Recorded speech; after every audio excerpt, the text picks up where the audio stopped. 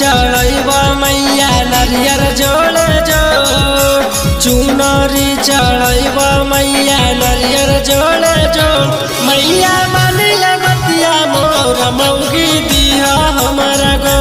मैया मानिल बतिया मोर मौगी दिया हमारा गो तोहर चरण में गिर के डरहियालो तोहर चरण में गिर के डरहियालो मैया मानिल बतिया मोर मौगी दिया हमारा गो मैया मानिल बतिया मोर मौगी दिया हमारा गो मौगी दिया हमारा गो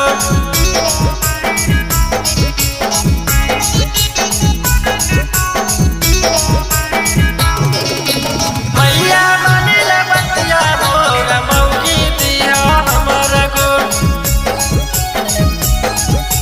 मौगी दिया हमारा गो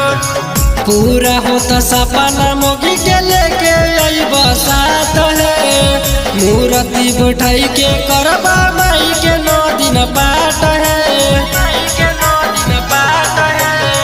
पूरा होता सपना मौगी के लेके अइबा साथ है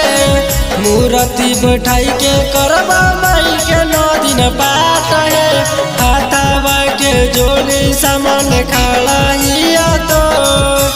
हाथावा के जोड़ी के सामान खड़ा हिया तो मैया मानिल बतिया मोर मौगी दिया हमारा गो मैया मानिल बतिया मोर मौगी दिया हमारा गो मौगी दिया हमारा गो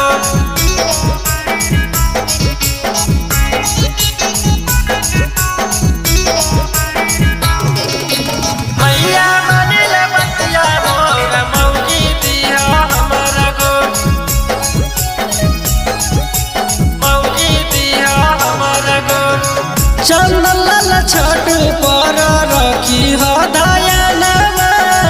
साथी से यादव से गबई तो भजनमा